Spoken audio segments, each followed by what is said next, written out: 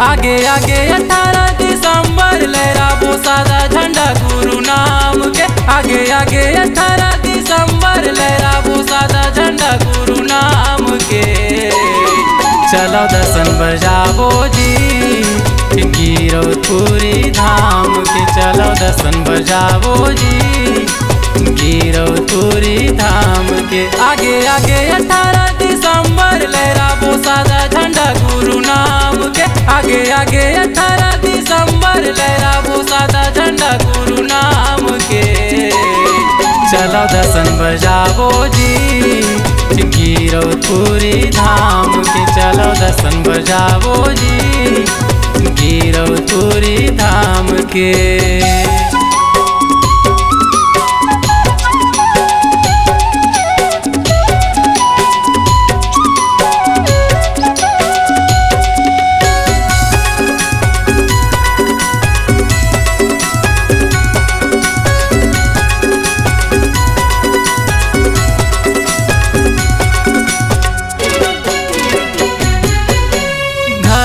घर चौका करबो गुरु के भजन गाबो।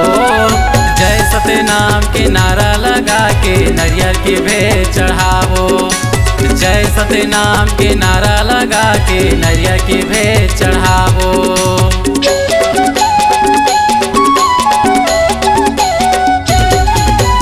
घरों घर चौका करबो गुरु के भजन गाबो। जय सतनाम के नारा लगा के नरियर की भेंट चढ़ाबो। जय सतनाम के नारा लगा के नरियर की भेंट चढ़ाबो। अजी विनती करके लागबो डंडा सरजत खाम के। अजी विनती करके लागबो डंडा सरजत खाम के।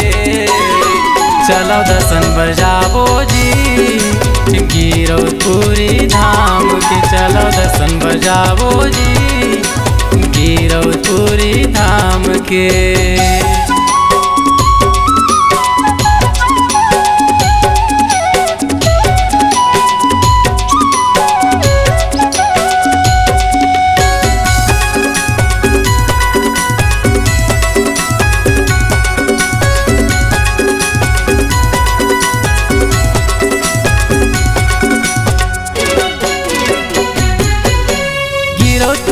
माँ लगे है मेला बाबा के भारी है महिमा। ऐसन बाबा जैसे हिरन ला पानी पिलाई संगमा। ऐसन बाबा जैसे हिरन ला पानी पिलाई संगमा।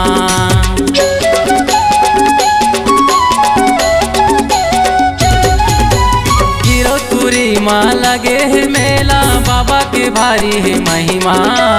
ऐसन बाबा जैसे हिरन ला पानी पिलाई संगमा। ऐसन बाबा जैसे हिरन ला पानी पिलाई संगमा। सबला सत्य के रास्ता बतैया गुरु बाबा महान है। सबला सत्य के रास्ता बतैया घासी बाबा महान है।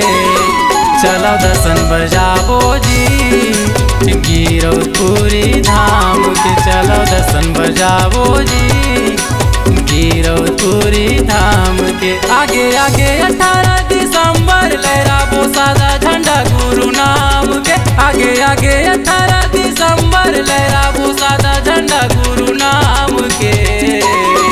चलो दर्शन बजाबो जी गिरौदपुरी धाम के। चलो दर्शन बजाबो जी गिरौदपुरी धाम के। चलो दर्शन बजाबो जी गिरौदपुरी धाम के। चलो दर्शन बजाबो जी गिरौदपुरी धाम के।